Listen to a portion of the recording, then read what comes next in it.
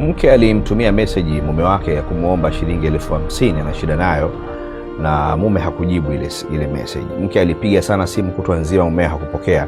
Akaja kumjibu saa 2 usiku. Akamwambia, mke wangu, samahani nimechelewa kujibu message yako hii kwa sababu leo tumepata tatizo kidogo. Mke kaambia, kuna nini? Kaambia, yule boda wako ambaye huwa unamtumiaga, leo nilimwambia aniletee kablasha langu ofisini, nilimtuma sehemu. Wakati anarudi akateleza kwenye ngazi ya ofisini kwetu, akaanguka akafikia kichwa. Kwa hiyo nikamkimbiza hospitali. Anasema tulipofika hospitali alichelewa kupata fahamu, so nikachukua simu yake kwa ajili ya kujaribu kupiga kwa ndugu zake kwa sababu sikuwa nawafahamu.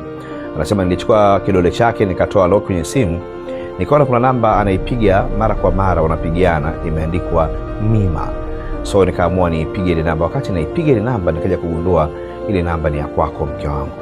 So hapo nikalazimika kuingia kwenye chatting zenu za message za WhatsApp, ndipo nilipokuta mnawasiliana na kumbe yule jamaa ni mpenzi wako.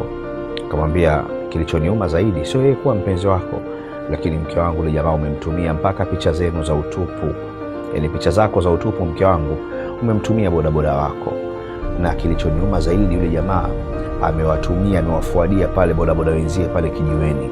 Kwa hiyo bodaboda wote pale kijiweni kwanza sasa hivi, mke wangu, anaujua utupu wako. Mke akasema, mume wangu, njoo nyumbani tuzungumze. Akamwambia, hapana, siwezi kurudi nyumbani kwa sababu nimekuta kitu ambacho kimeniumiza zaidi. Nimegundua pia huyu bwana wako alikuwa anakuomba umtumie picha zangu za utupu, na kuna picha umenipiga nyingi kwa siri nikiwa bafuni, nikiwa nimelala usiku, na umemtumia. Na yeye zile picha pia amezishare kwa mabodaboda wenzie pale kijiweni. Na mbaya zaidi, kijiwe hiki cha bodaboda kipo mbele ya nyumba yetu. Mke wangu, narudi vipi nyumbani na aibu hii? Nataka nikuulize kitu kimoja.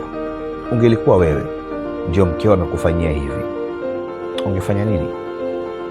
Musa amenitext, anaomba ushauri wangu. Tumsaidie mawazo kwenye comment.